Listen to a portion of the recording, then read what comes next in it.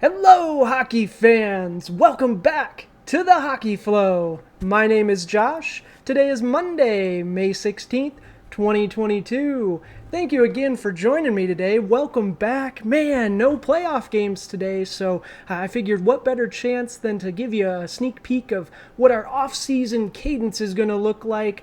We'll be taking a peek at some of the headlines from today. We had two big pieces of news, kind of opposite ends of the spectrum there, so very exciting. We'll get right to those in just a moment. We will give you an update on our bracket for the playoffs as the second round does start tomorrow night. Very excited for that. And we are going to conclude the evening with another article deep dive. We're heading back to The Athletic, and I tell you what, Hurricanes fans, you guys are going to be happy. We have one from Sara Civian, probably, boy, she's got to be one of my favorite authors over at The Athletic. She is the Hurricanes writer, and my goodness, her articles are just filled with passion, and she loves that team, and she's a lot of fun. I tell you what, just her and Dom and Sean's back and forths in the power rankings have been great too this season. But yeah, so without further ado, let's get right into the headlines today. We got a lot to talk about. And if you do enjoy the videos, please smash those like and subscribe buttons. It really helps the channel out a lot. I appreciate all the support. We're going to keep bringing you videos daily, so hope you're ready for that. But all right, so we did have headlines. We are going to be looking at NHL.com's main headlines today. The first big one, my goodness, the Golden Knights fired their head coach. What? That was not what I was expecting to read first thing this morning. I knew Knights fans were disappointed in the season. I knew the team was disappointed. Very high expectations. But I tell you what, to let Peter DeBoer go, that's a tough one. On the season, they went 43, 31, and 8. They were only 3 points out of the last wild card spot. And overall, Peter DeBoer was 22 and 17 in the playoffs, so it's not like they let someone go that hasn't done well. They made the Western Conference Finals here in 2020. They've made the playoffs, every year of their since their inception until this season. Yeah, they have a lot of really good pieces.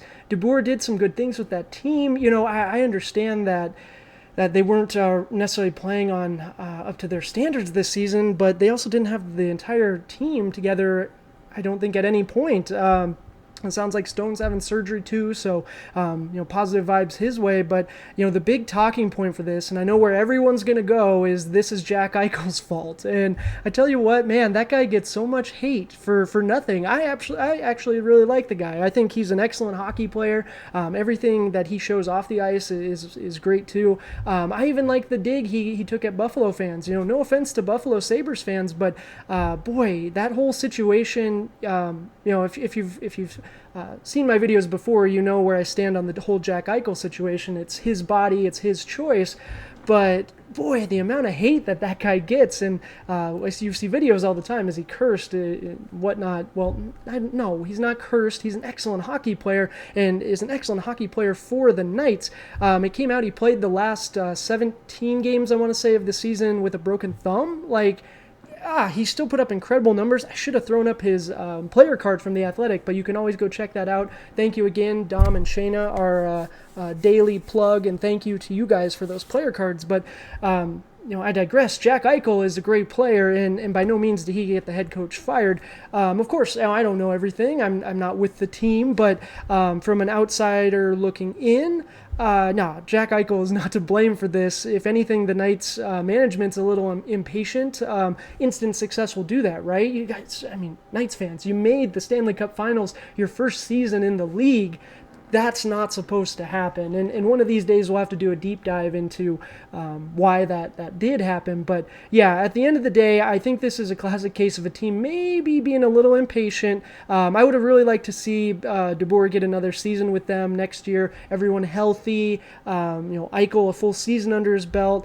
I would just really like to have seen that. But unfortunately, we're not going to. Now, who they pick to fill this void, I don't know. Barry Trotz is an excellent option, right? We know his system is a little taxing, but I tell you what, the Knights, they could use some structure. Why not? And speaking of Barry Trotz, that leads us into our second headline of the day.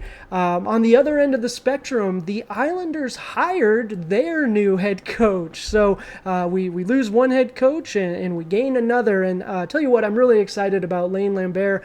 This is his first ever head coaching job, so good for you. Congratulations, sir. This is a wonderful opportunity. This Islanders team has got some really good pieces. But he was the assistant coach previously under Trotz, and the article that I had actually glanced at a few of them, but one of the ones I was looking at did talk about how Trotz was very supportive of Lambert and very encouraging to take the position, and you'd love to see that, usher in that next wave of coaches. Lambert is on the older side. I think he's 57, but man, he's a young pup in so many ways, and I think he's going to just do a really wonderful job with the Islanders. Islander fans, I think you should be excited. The GM, Lamoriello, did go into some detail, and he did talk about how sometimes even going from an assistant to a head coach, that's a huge change, and sometimes you can actually learn more of what not to do than what you can to actually do for the team. And he's hoping that that's going to be this case here, where Lambert's been sitting back and he's been working with Trotz for so long, won the cup with Trotz back in 2017, 2018. Again, sorry, Knights fans, hate to bring that one up, back up, but it happened, right? And Lambert was his assistant on an assistant on that staff as well, and they won the cup, right? So he's got that experience. He needs his own gig, right? And this is a great opportunity. They have some good young pieces. I really like Noah Dobson, and still have your two top line defensemen ahead of him. You've got Barzal. Hopefully you can convince him to stay long term. I think he wants to stay. He did make a comment about I love it when players stay one place their entire career. But overall, I'm really excited, Islanders fans. I think you guys should be too.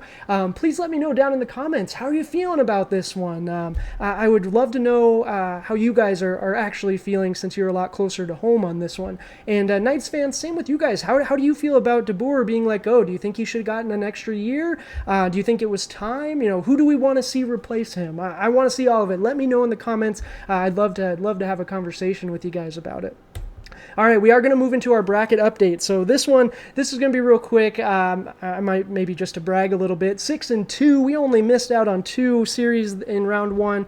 We did correctly pick the Avs, the Flames, the Oilers, the Panthers, the Bolts, and the Carolina Hurricanes, and we'll be talking about them more in a little bit and how important that series was, but we did miss out on the Wild and the Penguins. And I tell you what, Penguins fans, if Crosby isn't hurt, that might be a different series. They might actually pull that one out, but now looking at it, this is my original bracket. This is what I started with, and these are my original picks, and we're doing okay. Like, I'm happy with this. I would have loved to have seen the Wild advance, absolutely, but I think Colorado has a good matchup with St. Louis. I still think Colorado can advance. Edmonton playing Calgary. This is what I thought was going to happen, right? Battle of Alberta, baby. We love it. We love to see it. Hasn't happened in, goodness, so many years. This is just incredible. It's great for hockey. It's great for Canada. It's great for everyone, and I'm just excited. But I do think the Oilers are going to take it, right? Let's go Oilers.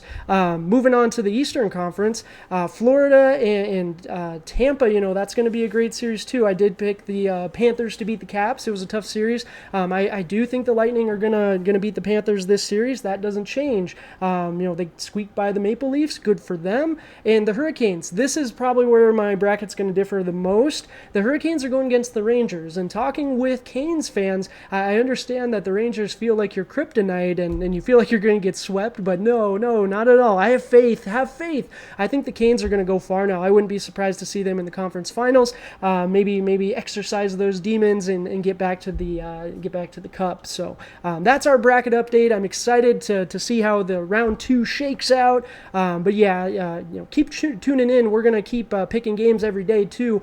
Just because we pick this series doesn't mean we're not gonna pick daily games as well.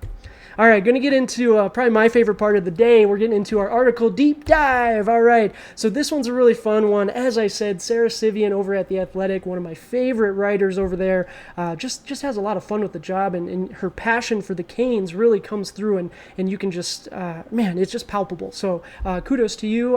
That's just a testament to how well you do your job. But the article was entitled "Hurricanes Win Game 7, the Max Domi game to finish the Antti Raanta series." And I tell you what, as an objective third party here, this game was a lot of fun to watch, and good for Max Domi. His dad Ty, nice staple of the NHL. So it's good to see Max Domi have an impact, especially because he was a trade deadline acquisition, right? Like, we were expecting big things. He's had good seasons in the past. I would say it was like 70 points in 80 games a couple years back. So, he has it in him, right? And this Game 7 puts in 2 goals, matches his season tally with the Canes. Good for him. And this article is a great retrospective into what this series and what Game 7 meant to Hurricanes fans in general. And I think probably my favorite part of the article is the very first sentence. She talks about in 16 years we're going to look back and we're going to remember this game as this. And that's just amazing, right? Like, to think about it in those terms now, yes, this did have an impact. This is history that we're watching. I just love it. I absolutely love it. As a person with a history degree, I have a special affinity for it. And this, someone calling it out, like, oh my gosh, we're in history right now. Yes, we absolutely are. And not just for Max Domi. His Game 7, as the article talks about, was everything he could ever hope for. And the fans will remember him for Game 7. But this was the Antti Raanta series. The man has had a history, right? Hasn't always been able to stay healthy, hasn't always been given, the number one shot, especially in the playoffs. And this time we're thinking it's going to be Freddie Anderson's time. And sure enough, Freddie gets hurt and Raanta steps in, and then Raanta gets hurt. Pasternak kind of chips him, and you're like, oh my gosh, what's happening? And he misses a couple games. But I tell you what, he rebounded nicely from that. He had an excellent series. He was 153 out of 165 for a .920 save percentage. That's incredible. And the other piece of that is what he was playing, the burden that he was playing with on his shoulders. This was his first postseason without his dad and grandfather, who both passed away unexpectedly this past offseason. And God bless you, sir.